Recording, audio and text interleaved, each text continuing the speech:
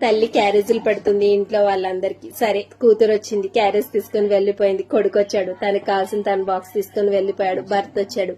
అప్పుడు భర్త అడుగుతున్నాడు, ఏమే నువ్వు తిన్నావా లేదా? పొద్దు నుండి అలసిపోయేలా చేస్తూనే ఉన్నావు. ముందు నువ్వు తిన్నాక బాక్స్ పెట్టలే, 10 నిమిషాలు ఆలస్యమైనా పర్వాలేదు అన్నాడు. అప్పుడు భార్య అంది, నేను తిన్నానా లేదా అని నా పిల్లలిద్దరూ అడగనే లేదండి, మీరు అడిగారు అన్నదట.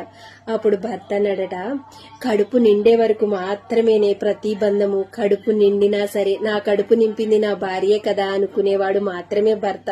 కోపంలో అరుస్తాడు, తిడతాడు, భరించేవాడు. కాబట్టి ఒక్కొక్కసారి బయట పనులు ఇంటి పనులు చక్కబెట్టుకుంటూ చాలా మంది చిన్నప్పటి నుండి అంటుంటే మా అమ్మ చెప్పేది, అమ్మే అన్నిట్లకి మూలం రా, అమ్మే అన్నిట్లకి తెచ్చి పెడుతుంది, అమ్మే అన్ని చేస్తుంది అని అందరూ అనుకుంటారు. నా వల్ల ఏమవుతుంది? మీ నాన్న తెచ్చి పాడేస్తే మీ నాన్న రెక్కలు ముక్కలు చేసుకుని అన్ని సమకూరుస్తుంటే నేను వండి పెడుతున్నాను.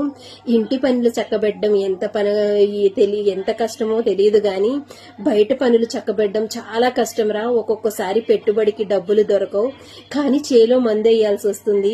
మీ నాన్న కాళ్ళు చెప్పులు అరిగేలా అలిసిపోతాడు, కానీ ఇంట్లో పిల్లలకి పండగ బట్టలు తీయాలి అని అంటే మట్టుకు తన ఒంటి మీద బనేలు చిరిగిపోయినా సరే మీకు చొక్కా ముక్కలు కొనేవాడు మీ నాన్నదే అసలైన కష్టమని. మరి నేను కూడా భర్తను కదా, భరించాలి కదా, నిన్ను అన్ని